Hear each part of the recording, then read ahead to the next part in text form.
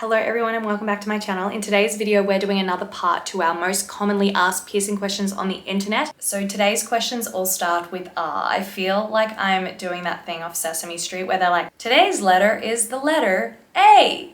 A for apple. And actually, today's letter is A because we're doing R.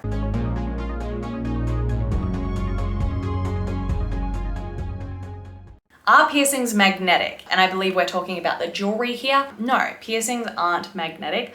I've never actually come across a piece of jewelry that is magnetic, other than the one time I tried like the fake TikTok jewelry, the septum, it magnetizes like a horseshoe together. And then you can also get magnetized like plugs as well. But that, I believe, is the extent of jewelry that is magnetized. Titanium certainly isn't magnetic. Gold isn't magnetic. There are a few parts to this answer because they're not necessarily magnetic. However, for something like an MRI, you are told to take out all your jewelry. Now, titanium is safe, and that's because it is non-magnetic. So technically other metals do potentially have the chance to be magnetic, and that's why they say only titanium can be worn. But it is always best to take out all your jewelry, just in case even the titanium you have is from a dodgy seller or a dodgy shop and it does have other metals in it. But in terms of someone just walking past you with, I don't know, a huge magnet, when you're wearing surgical steel, it's not going to get torn out. Like, it's not magnetic in that way. It's not magnetic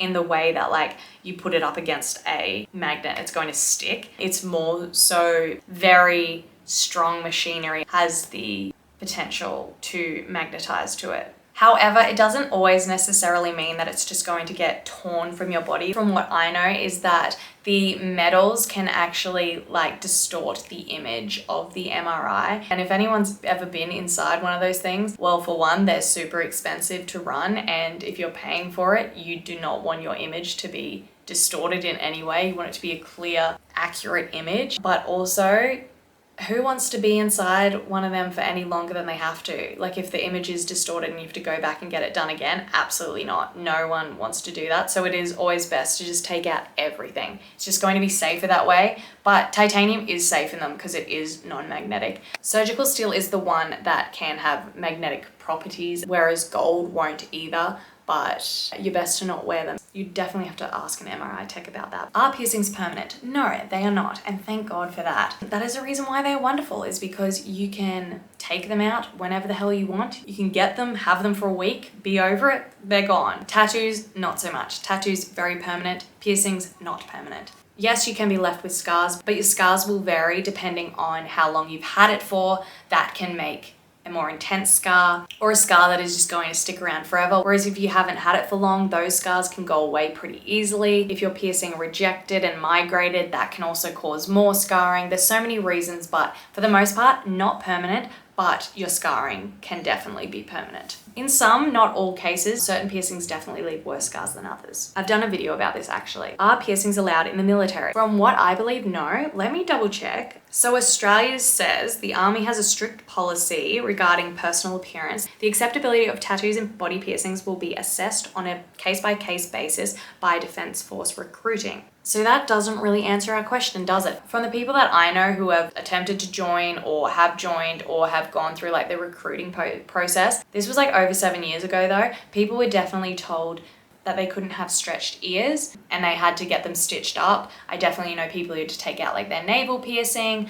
I definitely know people who had to take out other piercings, but it seems like for the most part, lobe piercings are okay. I guess it really depends case by case, as they say, but around the world, it could be different as well. From what I believe though, nothing major and nothing that will affect your work. Not in terms of like your appearance, but in terms of like the safety. Like if it were to get ripped out because of something you're doing. A navel definitely makes sense to me because it could easily get ripped out when, you know, like crawling along the ground, through mud, through the bush, or you could hurt yourself because of that. And like stretched ears, that makes sense too, is because like that could easily get caught and ripped as well. I think they would definitely be strict with quite a lot that could cause harm to you due to like the activities you're doing. And just adding on to that in terms of tattoos, definitely in Australia, each of our defense forces, so we've got like Navy, Army, Air Force, they each have different policies around tattoos. So some of them don't allow like neck tattoos, hand tattoos.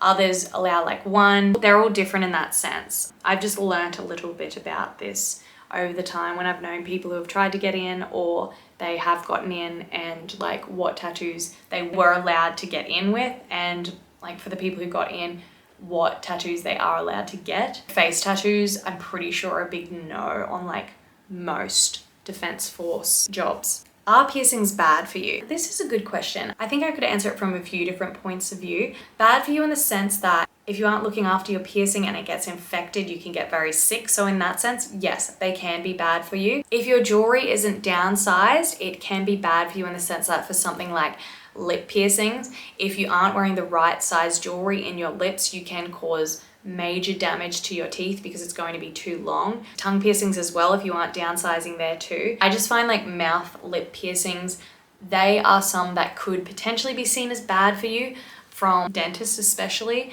because people may be playing with them and that is causing damage to their teeth. And yes, in that sense, that is bad for you. Your teeth are very important.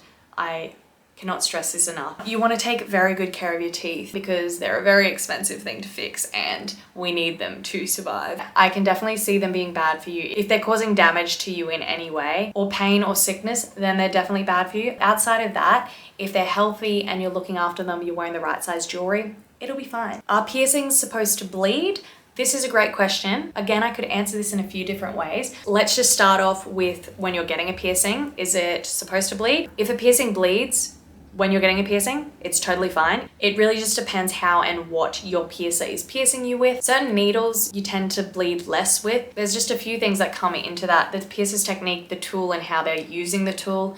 These can all have an effect on how much you bleed, if you bleed at all. When we're talking about outside of getting the piercing and it's healing, no, your piercing shouldn't bleed. It's not the end of the world, but you've probably done something like bump it. Basically, if that's happening, you're essentially starting from scratch. Say you've had a piercing for 2 months and this happens, you bump it, it starts bleeding, you're essentially starting from the beginning again. So don't think, oh, I've only got like 1 or 2 more months left for it to be healed. No, you're back to the beginning. It's annoying, but that's just how it is, unfortunately. And they certainly shouldn't be bleeding just out of nowhere. Sometimes people will find they might wake up and it's bled overnight. That's probably because you've slept on it, bumped it, irritated it in a way that has caused the bleeding. Potentially it could be quite dry and crusty and it's like torn it. It's generally from some sort of tear or rip to the piercing, and that is why it's bleeding. So like it's not supposed to, but it can happen, and it's not like crazy unheard of. It's just like